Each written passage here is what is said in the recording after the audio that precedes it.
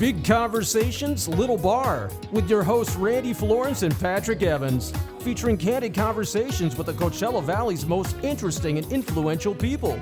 Pull up a bar stool and enjoy Big Conversations, Little Bar. Welcome to Big Conversation Little Bar, where we are coming to you live from Little Bar in Palm Desert, California. My name is Patrick Evans, and I have the pleasure of co-hosting this podcast with one Randy Florence. We've been looking for someone who would do this every week.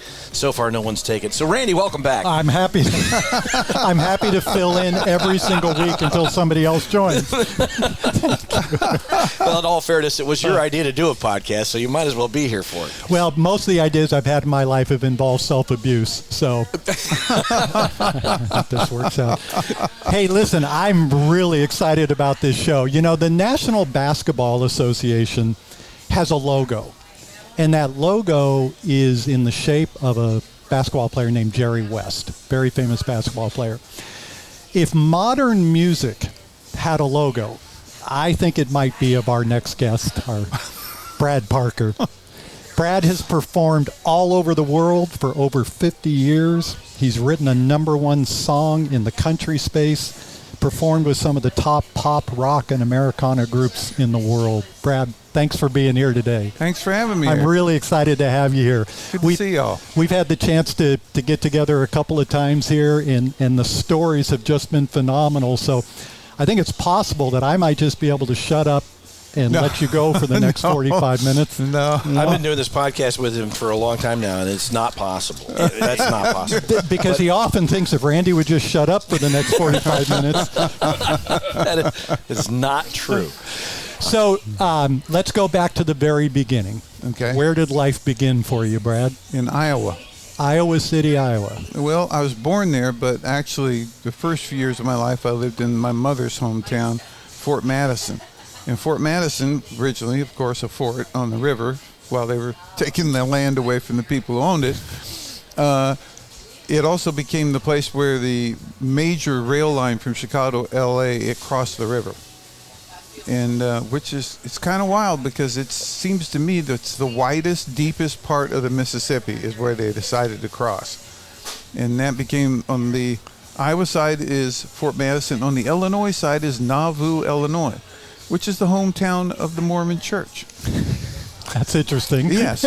And wave across the river. In history is right there. Yeah, and of course we always heard a lot of stories about why the church left.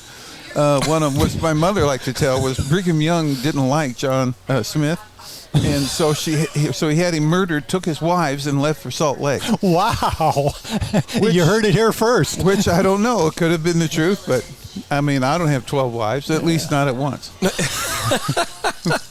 It is frowned upon. So my wife is a divorce attorney, so if you end up having that issue, we could probably we can help you out. No, with Deb, it's either death or death.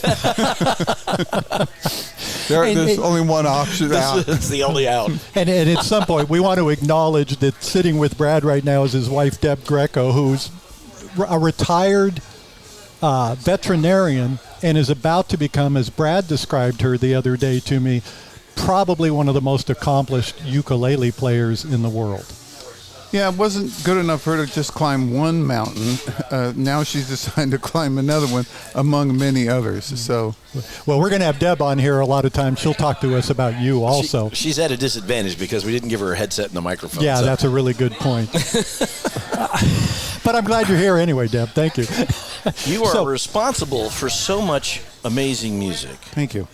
And you've also, I mean, just reading the list of the people with whom you've performed over the years is just an incredible who's who. But it's very eclectic because obviously you occupy space in the country music world, but certainly not exclusive to that. You play across genre. So what is country your favorite spot, or is there something else that you really enjoy? The blues is my favorite, and blues now reaching into jazz. Because the more accomplished I've become, the more I've just studied jazz. Because I've had a lot of success in pop, in rock, in country, overseas, in Asia, and overseas in Europe. Anything I've done, I succeeded in. And after a while, I would just lose interest in it. I mean, and move on to something else. well, It wasn't challenging at that point. well, you could stick around and say, I'd like to have the most hits in this genre. I'd like to have the most records in this, et cetera, et cetera. But I was never interested in that. To me, music is mysticism. And as a mystic, I want to keep going to the next level, the next place, seeing, who I could work with. That's very interesting. I want to stick with that for a minute. So music as mysticism, where did you adopt that philosophy? How did you, because people approach music in very different ways. I've really first became aware of it when I was in Austin, going to school in the late 60s at UT. And there was kind of like an underground railroad between Austin and San Francisco. The same acts would play both places. They both had a psychedelic ballroom. There was a Fillmore in the Avalon and the Carousel at one time in San Francisco, but it was the Vulcan Gas Company in Austin. Yeah, interesting name. And all the bands that were playing the Hate would come and play there. And then they would discover bands there, which then got to go play in the Hate, like Johnny Winter. I saw one of Johnny's first performances at the Vulcan Gas Company, and here's where the mysticism comes in. Besides all the psychedelics and everything, which can either be a party or it can be a existential journey. But we saw all of these artists from Louisiana and Texas, old artists, not just black, mostly black, but also white artists. And when I was listening to these people play, they weren't playing to have a hit record. They weren't playing to go down in history. They were playing because they had to. Big Mama Thornton, I mean, if you go listen to her version of the blues, it's like, well, wait a minute, didn't she invent rock and roll? But because she's not famous, unless you're someone like me, you never got to hear her. And I did. And Big Joe Williams, Freddie McDowell, Jimmy Reed, all of these artists would come through. And I didn't know it at the time, but we were just in New Orleans, and I realize now I was picking up on the voodoo. And the voodoo, which is greatly misunderstood by most people, is not an evil force. It is a force. It can be used either way. Yeah, and it's like music. Music is, to me, I see it as a being which expresses itself through many people. And I'm just one of those people because I opened the channel and I never turned it off, which got me in trouble with the corporate guys because they were like, oh, no, you did that one thing. Can you do it again? And I'm like, no, it's not coming through. No, I don't think so.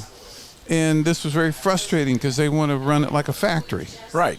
And if you don't get into the factory mode, then, okay, you're out of here. Well, there's a formula. Yeah. And they like artists to apply that formula to their hits so they can keep churning them out. And I told my son, who's now going into the business, I think you got to go through that door if you want to get to where I am. An independent artist who's successful, got the credits, got the money to pay the rent, and now I get to do what I want. But when I went to San Francisco from Austin, because I kept hearing all this San Francisco stuff and the posters and everything, there's where the mysticism really hit. Because unlike the way it's portrayed now, the whole hippie trip in the Bay Area, when I say the Hate, I mean the whole Bay Area. It's the East Bay, it's the peninsula with San Francisco and Marin. We were in all those places. And the commune I was in had houses in all those places, and we ran natural food restaurants in all of those places. Probably the first ones in America. And that's how did you get involved with the commune? I was homeless with my brother when we arrived in January of 1970. And then we went over to Haight-Ashbury, and then we went over to Berkeley because there was a bookstore we wanted to go see or something. And we walked into this restaurant. We didn't know it was run by a commune. And they had a big space in the back, and we asked one of the guys who was working there, could we play there? And he goes, do you play rock and roll? And we said, yeah. So the gal in the back, who I came to know later, she was like, no way. And he goes, yeah, come on, let's go do it. So we went in the back and played, and she and a few others said they can't stay here. And he went, okay, I'll go. He'll bring them over to the house in San Francisco. And we landed at Oak and Lion, right on the Panhandle in Golden Gate Park. Wow. Oh, yeah. And that was quite a scene then, wasn't it? Yeah, and we lived there for a while, and then we commuted to Berkeley to work in that restaurant. And pretty soon, the guy who organized the commune, he wasn't the leader, he organized it, and he's connected to what's going on out here too. he said, well, look, you could play music here on a regular basis at night, and this would draw people in, customers for our dinner hour. And so we started doing that. But in that block in Berkeley, it's called the Book Block, and there were 4 major bookstores in one block. There was Cody's, run by old man Cody, and there was Shakespeare's, and then there was Moe's. And Moe actually sat in the back with a cigar the whole time, chomping it. But he had all the great books from New York. Shakespeare had all the classics and stuff from Europe. And Cody's had all the American West. Really obscure stuff like Wallace Stegner, who most people haven't read, but is, I think, the greatest author of the West that there is. And in the middle of them was Shambhala, a little store like a reading library. You could buy a book, but you could sit down all day long and read all the books in the bookstore. They were all Eastern mysticism. And this is where I was first introduced to Zen and all of the Asian pursuits of mysticism, which we would think of, excuse me, as religion, but to them it's not religion. Right. It's more perception of what's going on. And so that led to, and this is 1970, this informed all of my work ever since. You were able to apply that, the kind of sense of mysticism to your pursuit of music. Yes. And it was encouraged because the hate was about enlightenment. It was about personal journey to enlightenment and awareness. That's why Earth Day, the first Center for Independent Living, all of these things originated in the hate, because that's what we were after. You talk about equality and opportunity and those kinds of things. It was way beyond that. It wasn't musicians. It was a community. Yeah. Yeah. The full thing. Musicians were considered part of it, but if you were to meet a member of the Airplane or Quicksilver or whatever, they were just another person in the community. They weren't special. And matter of fact, the acid trip, the great acid trip that Jerry Garcia talked about a lot. Yeah. That whole thing was the band will drop acid, the audience will drop acid, and all of us together will do this. And that became kind of the thing there. And we did it many times. Really? Man, my band with my brothers, we came out 3 of us, and then one of us left to be a painter, and he did really well. We'll talk about that more later. But we were called the Sons of Light. And, oh yeah. And we had 2 songs. First one lasted an hour. Were they original? They were completely original. Okay. I'll tell you how original they were, Randy. The first one was in A, and the second one was in E. And it would be 1, 2, 3, 4, boom. And we'd go into it and play for an hour and a half. And every time it was made up on the fly. So it was so open and free. And if everybody's really high. Had you been licking the stamps at that point? We really didn't even need the drugs. No. It was the freedom to do it and not have anybody say, oh, no, you can't do that. This is before I got in the industry. Because in the industry, you really need to have, there's a lot of discipline that goes into writing #1 hits and the kinds of things that you were doing in the industry. So how did you go from doing an hour and a half long song to applying the kind of discipline you need to do commercial music production? Well, I'll tie the whole loop together. We're playing one night doing this only A and only E, and we noticed this is the East Bay. And one day they went, "Hey, I just learned C." I might even get no, into C G was for folk singers. That wasn't for psychedelic. You're right. Peter, Paul, and Mary. That was them. Right. C is the folk singer. Got it. Like F. That's and good to nobody know. writes We in made F. fun of the people who played C. No, I started in folk music, so that was all cool. Who writes an F? Nobody? So one night we noticed that a lot of cats were coming from Oakland to hear us play. And I recognized a couple of them this one night, and I just had to go over to them and talk to them after we were done. And I said, so who are, and all of a sudden they introduced themselves. It was Doc Ellis and John Handy, and 2 famous jazz musicians who lived in Oakland. And then I'm like, well, why are you guys here listening to us?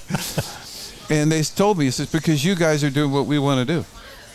Wow. And that's if you go around the complete arc of music, we were doing what could be called now free rock.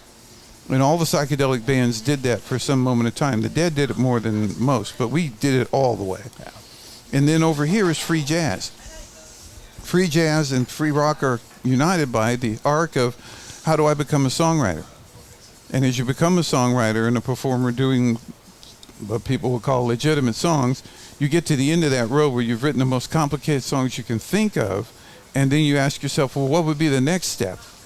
And how the jazz guys discovered, and it was a big argument between Miles Davis and Charlie Mingus and Pharoah Sanders and all those guys, Coltrane.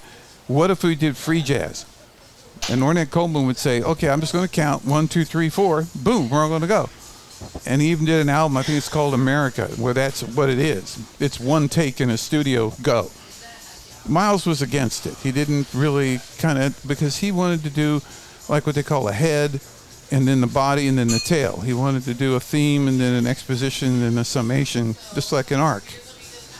So we started where everybody wanted to end. And it was kind of in reverse because of the mysticism. And as we went along, we started playing. The band name changed and whatnot, but we went to when we finally came up with, what if we did roots music? Because we didn't want to do punk. Punk was... Because you were kind of known as punk for a while, weren't you? We were considered a punk band, and we were included in the whole punk genre because of the tempo we played at. Right. This fierce tempo. But what we were playing was original interpretations of old blues. We took old blues roots music, and we just played it hyper. And so part of our exploration was, again, the voodoo.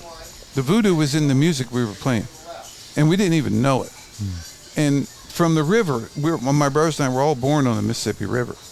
So this whole thing was informing us. And by the time that band, we broke up, everybody wanted to do something different. I ended up in Nashville. And I found out that all the songwriting I've been doing, I used to come to L.A. with a cassette tape and go from publisher to publisher trying to sell songs. And, of course, they always said, no, no, no, no, no. Well, later on it was yes, yes, yes, yes, yes. But when I got to Nashville, I found out I was a good writer. And I found out at the Bluebird. The Bluebird was like, I don't know, like being in the Gaslight in New York back in the day. It was only songwriters. It was, I say the Bluebird was about twice as big as this place. And we would all sit around and entertain each other, playing the songs we'd written that nobody would record. Wow. And this was it was a very unusual group of people. What was the first song you sold? When did you get that first yes? It would had to been in Nashville. I'm trying to remember.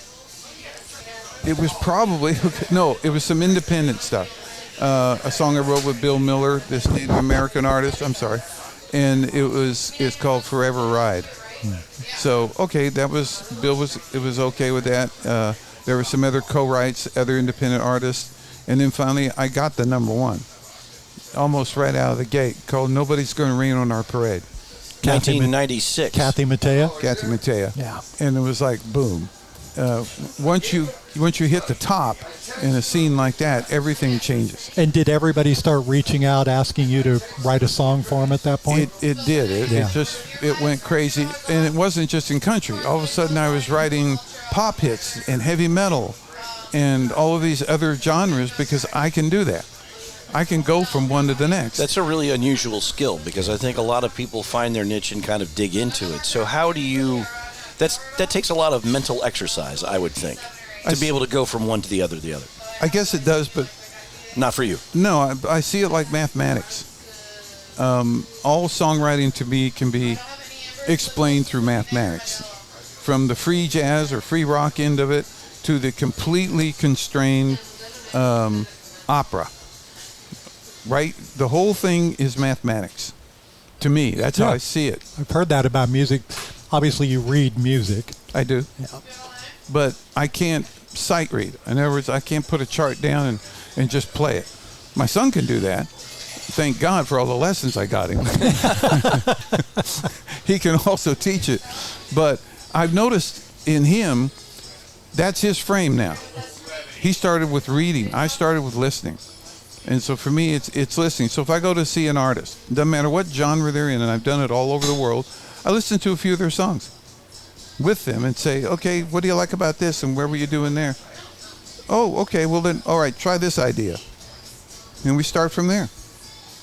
When I was writing country and having hits, I ended up producing hits, playing on hits. I did the whole Nashville thing.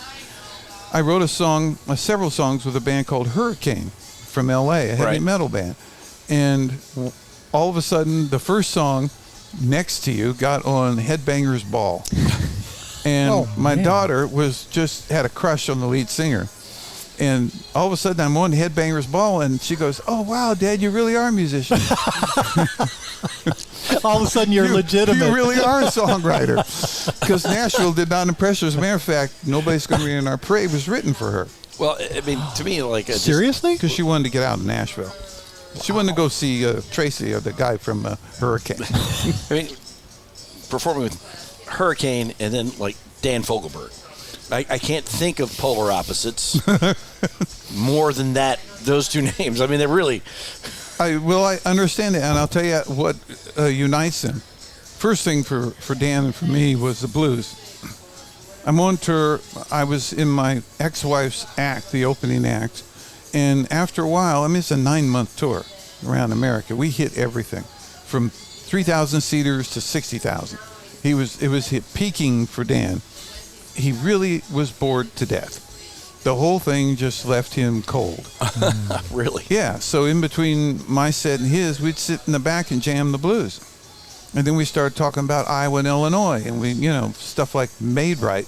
If you haven't lived in Iowa and Illinois back in the day, you wouldn't know what a Made Right was. But it's called in the Midwest a loose meat sandwich. Loose meat. You got to call it something other than loose meat. Loose meat sandwich, okay?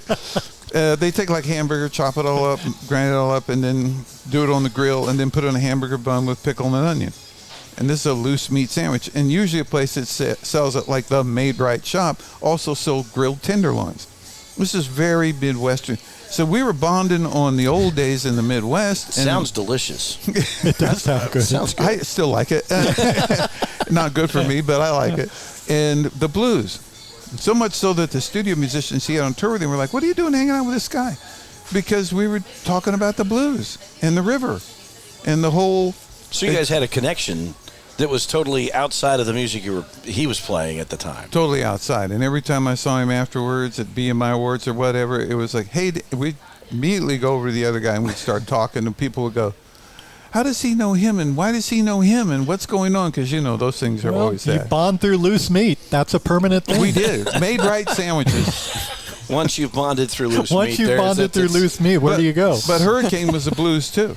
Oh, yeah? They wanted to know, how do I write a heavy metal song with the blues? Because Led Zeppelin was kind of going, all right, if you can take old blues and make it into heavy metal. And I showed them how. Because if you know the riffs, you can do it. I mean, to me, it's all math. Now, When did you first pick up an instrument and start playing? yeah. I was 8 years old. I started playing the clarinet because my older brother decided he didn't want to play the clarinet anymore. He wanted to play the trumpet, which quickly moved to the saxophone. Well, they're both in B flat, trumpet and clarinet, so that works. And so after a while in the clarinet, I really got into folk music, and I got my first guitar, a Silvertone acoustic. We just saw one in a museum the other day. Wow. And my second was a Gene Autry guitar, which my father busted over one of my brother's back on one wild night of misbehavior. Whoa. I want to hear that story. I think we got a screenplay going here. We do. And then somehow I saved money. I don't know, my uncle gave me money, and I bought my first legitimate guitar, which I still have. It's called a Goya 12-string. It was made in Sweden, and I still have it. It was a great guitar because, the whole folk music thing, all of a sudden, Woody Guthrie and then Bob Dylan, and then we're like, okay, I got to do some of this. But then the Beatles and the Beach Boys, and that was over with. And did you go electric about the same time that Dylan did? I had a pause. I had a delay because I broke my left arm twice before this, and then a third time right around 15, and the last time was really serious. And so the doctor, the Dallas Cowboys bone doctor who put it back together, he said, okay, this last cast is going to be 6 months. And your mom told me you play guitar. So the exercise I want you to do the whole time you're in the cast is play guitar. And my position, hand position, everything comes from that whole incident. From being in a cast. How did you break your arm that time? Let's see. The first time was falling out of a tree. The second time was fighting with one of my brothers. The third time was in a football game. Okay.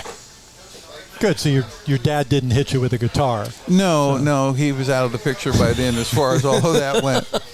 I did it all on my own. I broke myself up. Was there ever a plan B for you, Brad? Lawyer. Other than music? Lawyer. Yeah, I went to college to be a lawyer. But first semester... And that was in Austin? Yeah, in 68. In the first semester, I got number 6 in the first Vietnam draft. And I remember the night when they called the numbers, and all my friends and I were in the dorm room. When I got 6, they all backed away from me. Wow. Because everybody knew I was going to go to Vietnam. And I was like, oh, end of the world. Wow, how fast that showed up. By the time got to 69, my older brother, who was in college at Austin College in Sherman, my dad said, well, I'm not going to pay for college anymore because you guys are hippies. So we worked full-time jobs, but in those days, the hours you had to take to stay out of the draft were really big. I'm working full-time, working the hours. And finally, my brother said to me, look, if you're going to die pretty soon, why don't we go to Haight-Ashbury and play rock and roll? Let's finish it up right. Yeah, and I went, yeah, that sounds like the way to go. And so we did.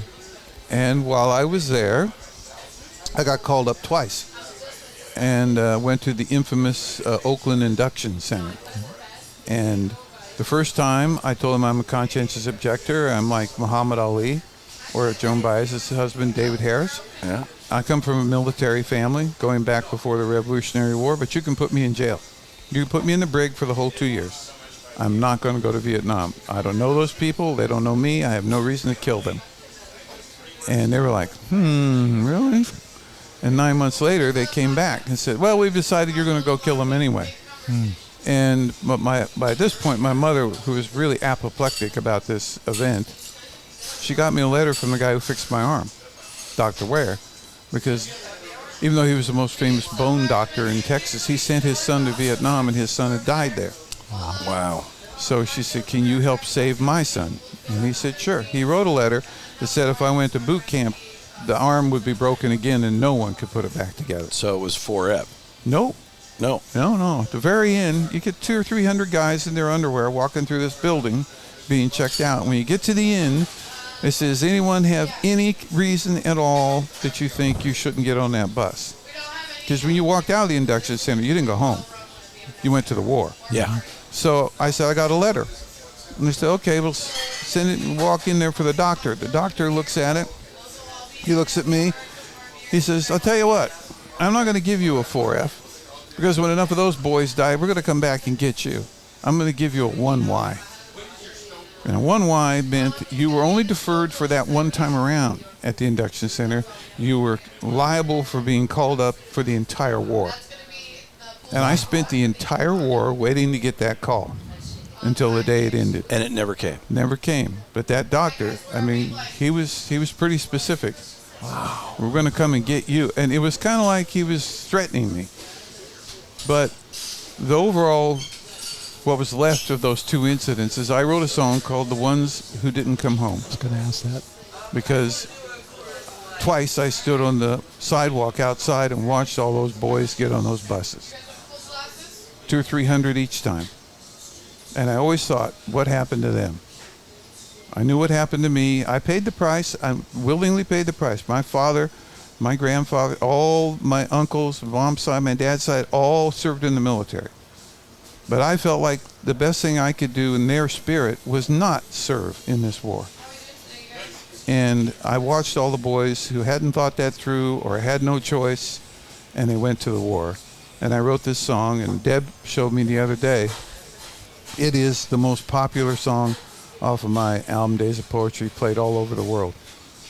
And I really feel great about that because it's an honor to them. I see them at night sometimes. Because being a mystic, I'm tuned into all the spirits. I know that may sound weird or corny, But I feel them. I feel their presence saying, we didn't get a chance to be who we wanted to be. We need you to be who you wanted to be. And that's... Wow. How much of that belief in mysticism as a lifestyle brought you here to this valley? You and I have talked a lot about Joshua Tree and the feeling in this valley that's a little bit different than a lot of geographies. The first time I came here for anything was when I was in Johnny Rivers' band, and he said, I got a guy that used to play in my band who's out there in Palm Springs. I think you should meet him. We'll go see him. He's playing at the Blue Guitar. His name is Cal David. Cal David. One of the great blues players of all time. I'm in Johnny's band. I mean, it was a real privilege. There was James Burton, there was Cal, and there was me. And so, yeah, let's go meet Cal. And that's the first time I came. And I thought, wow, this looks like Albuquerque.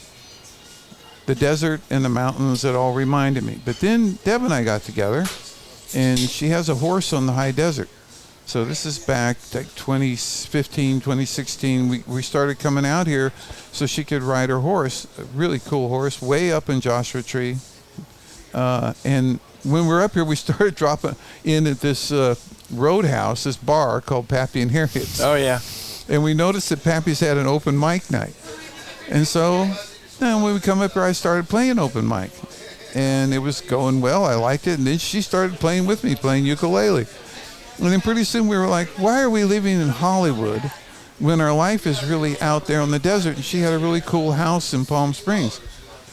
One of the original William Kreisel mid-century moderns. Wow. And it was kind of beat up, but I bought her girlfriend, partner out of the house. We moved there. We got married out here at the Frank Sinatra house.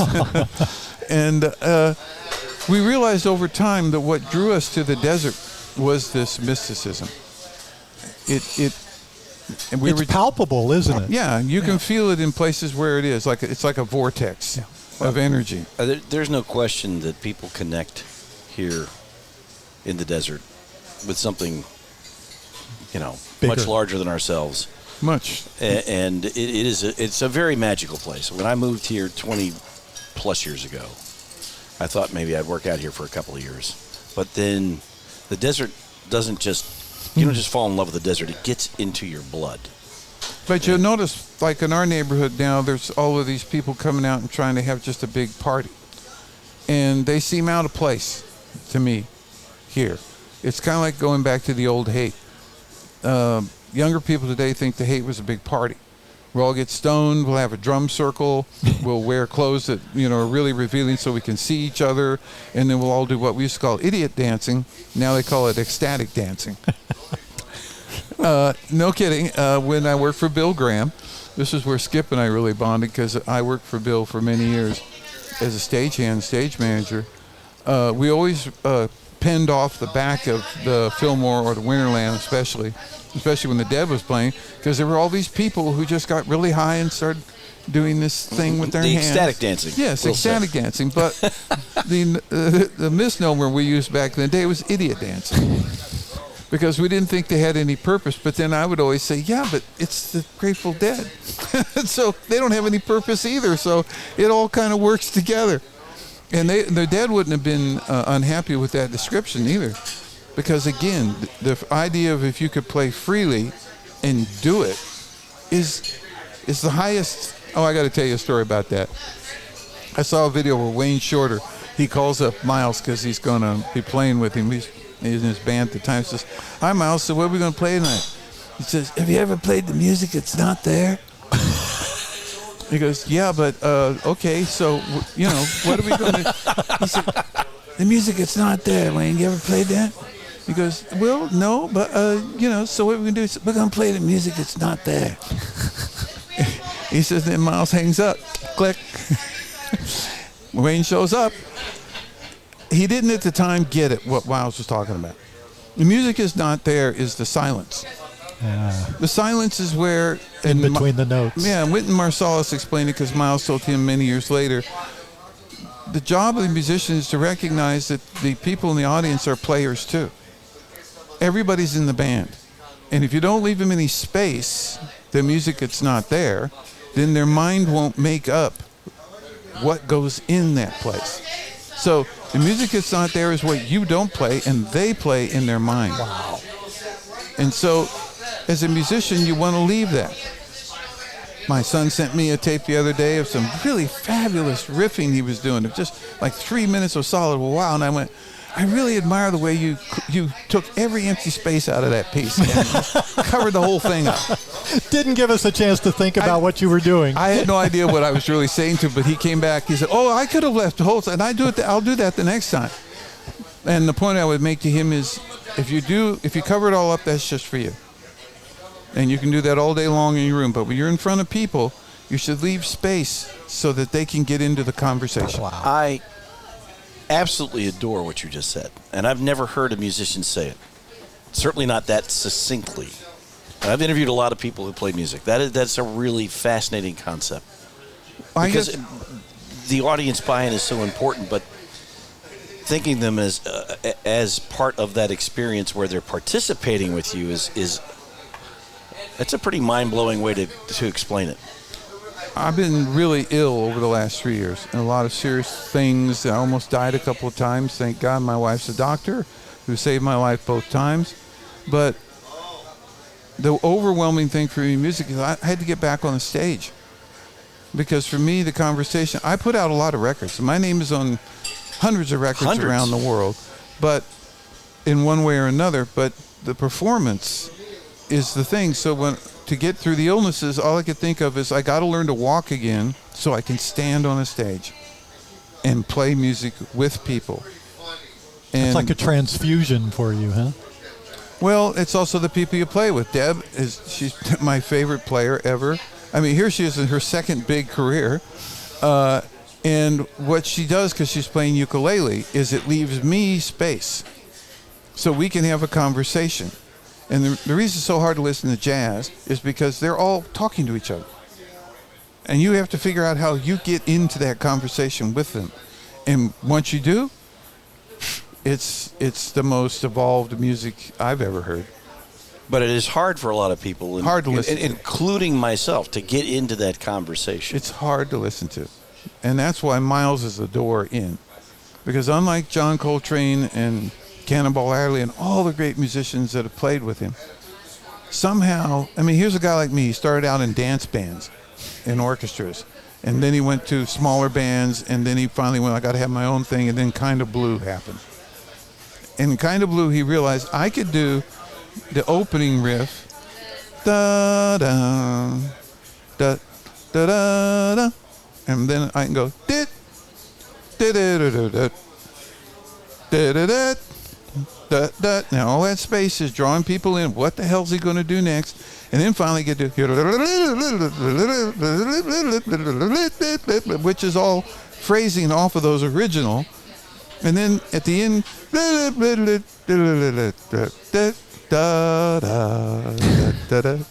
and once I understood how he was talking, I could get into it. So when I heard Coltrane just playing the middle part, or Cannonball Adderley, or any of the other great musicians, I got that there was a piece that they weren't playing for me. But I knew how to understand the middle part because I could pick out where it was coming from, what notes were important and what weren't. Now, when you were doing the open mics up at Pappy and Harriet's, yeah, what were you playing? I'd play some of my originals. I always was reluctant to play my hit records. Because Why? I didn't want people to think of me that way. I wanted them to hear the stuff that they'd never heard from me. And I wanted to do interpretations of other great artists. And the thing I ended up playing most of the time was Bo Diddley. Whom you played with. Yes. I opened for Bo Diddley. Bo said something to you the first time that you played with him. We said something to your band. He actually was saying it to me, but in the band in effect. But now I realize he was saying it to me personally. We got done playing, and what a great privilege to open for Bo Diddley. And out of the dark, suddenly he appeared, and Lady Bo was standing behind him, and he grabbed my hand and he said, "Man, I don't know what it is, but whatever it is, you got it. And he paused, and he said, now don't lose it. Don't lose it. And this, to me, was like the Dharma transmission. Bo Diddley. Bo Diddley. I Of mean, he's all probably said that people. to 3 people in his entire life. I don't know, Andy. I don't know, but I knew what it meant when he said it. And to further enhance that is, it was only a few months later, we got the invite to open for Van Morrison in this theater, the Phoenix Theater in Petaluma, and he found out that we'd recorded Mystic Eyes. And at the time, Van was on a real tear about, he hated them, he didn't want anybody to do Gloria, didn't want to ever hear it again, was never going to play it, and if you did, you were his enemy. And so he said, no, bounce those guys, they're off the bill. So this was my band, can I say that? No BS. Yeah, well, the real name was... No bullshit. You can say it. But nobody would put that on a marquee. Right. So it became No BS, which then was squeezed together and became the Knobs. So the Knobs...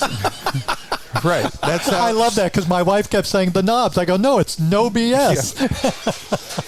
So we got the offer, the guy calls up, real sorry, but you can open up for Canned Heat.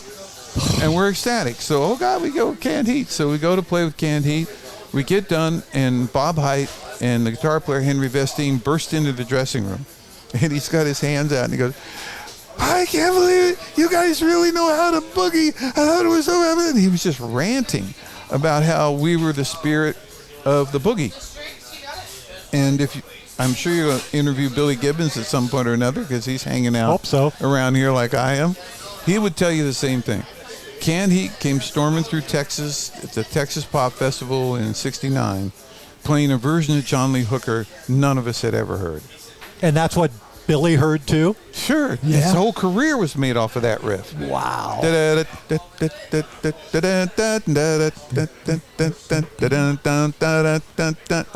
that stutter that's in there, it's natural to Texas blues musicians. But here comes Canned Heat out of L.A., and they're playing the stutter loud and distorted. And that, I mean, it was like, and so there they are in our dressing room. You guys, and I thought, man, it's like the universe is sending me a message. How old were you then? 31. Wow. And I got the message. You got it. I understood it. And my brothers understood it too, but they didn't seem to feel as much of a calling for it as I did. As my kids would tell you, I've led a very dangerous life. I've just, whenever I felt like, oh, I got to go play this, I got to go here, I got to do that, I just went and did it. I moved to Hong Kong to make records in Asia back in the 90s because guy offered me a deal and I was fascinated by the instruments and the singers and the whole thing. And then when my kids started barking at me, I came back. What kind of music did you listen to growing up? What were some of your first impressions?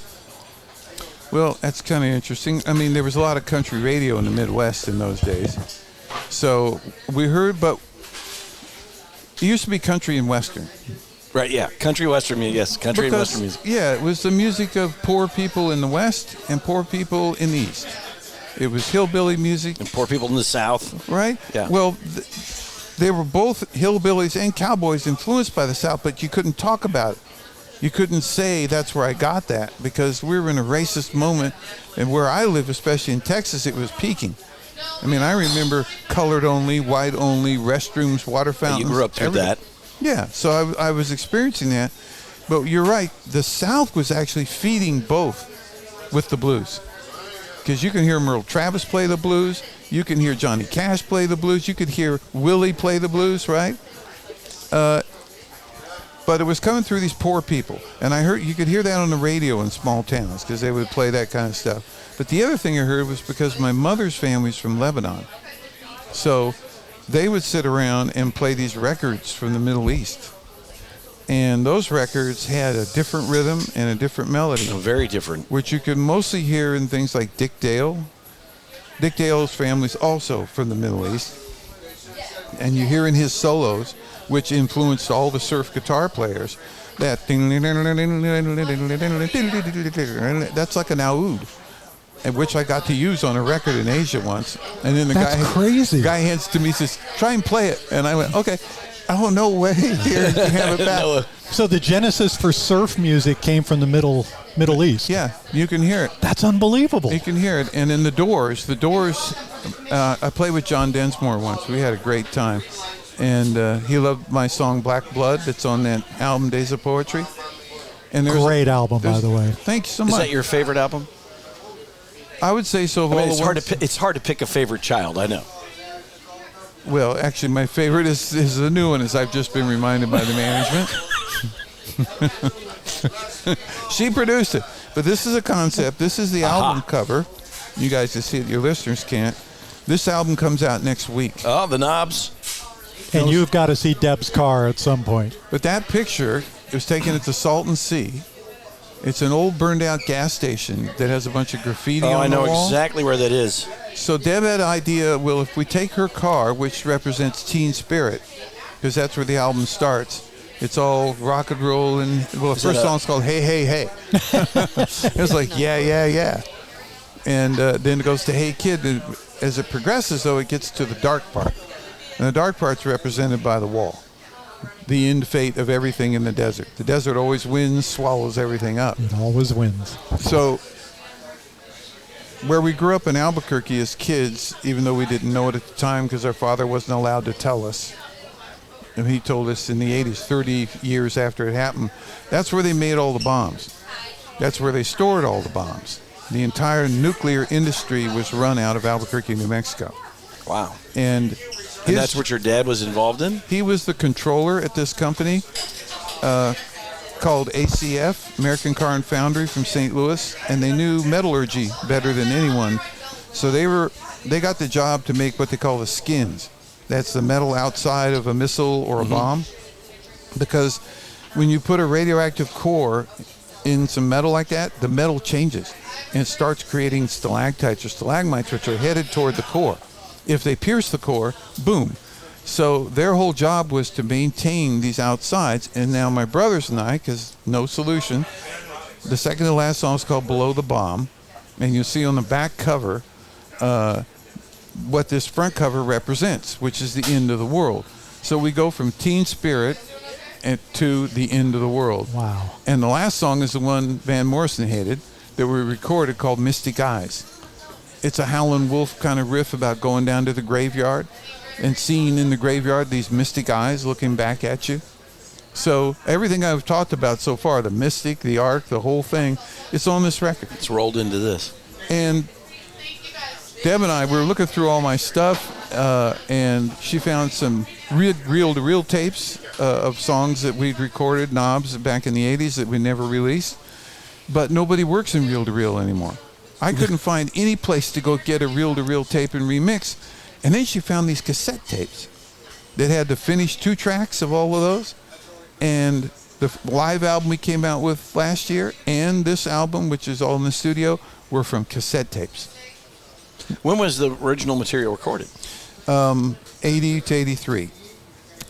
Wow. And the live So album... it's really archival stuff that you're digging into. And Absolutely. that's so cool. And Deb, was this your idea? You're nodding. Was it like you just found this stuff? Oh, and said, this is all her idea. She's truly the executive producer. Wait, talk right into here. I met them when I was a vet student at Davis. I heard them in a bar, and that's how we met. And then we were separated for 30 years. And I said, you got to bring back that music.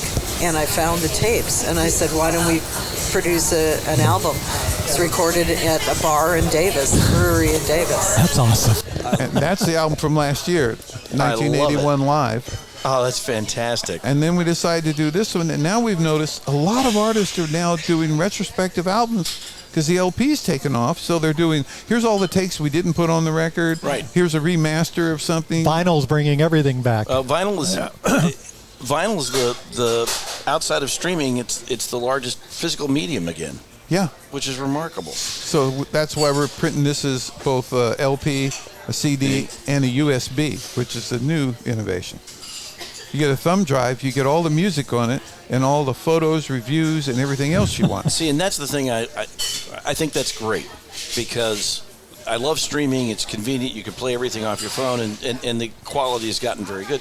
But you don't own the music. So if you have a USB drive, then at least you have this physical thing that, And I loved as a kid going to the record store, and then the CDs were just coming in when I was a kid, and I still probably have 3,000 CDs. I'd like to have that money back.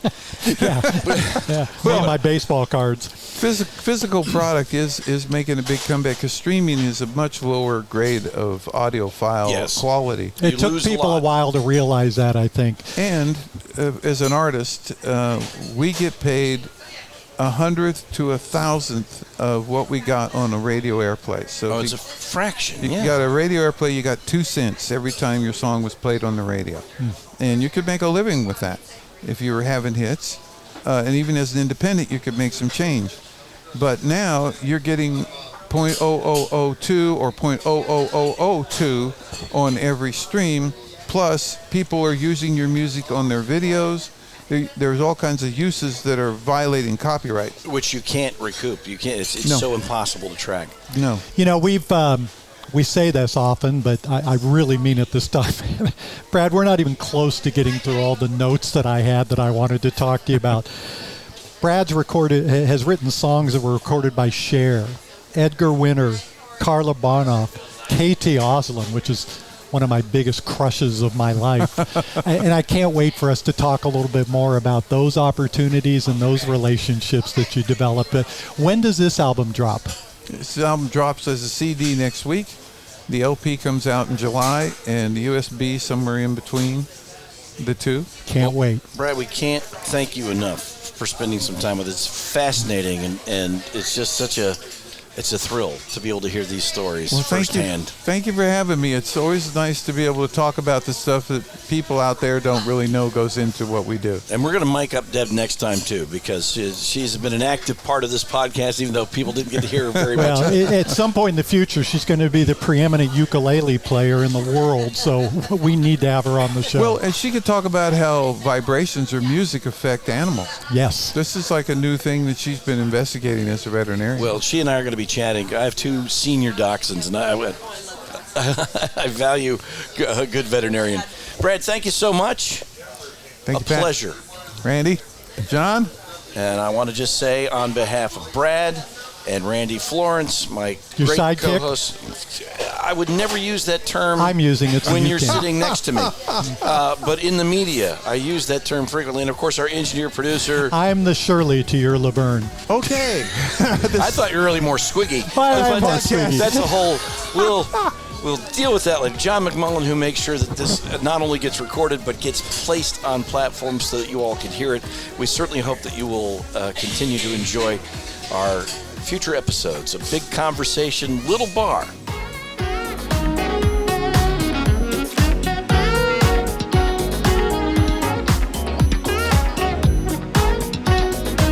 Thanks for listening to Big Conversations, Little Bar. Join Randy and Patrick next time as we keep the conversation going right here on Big Conversations, Little Bar.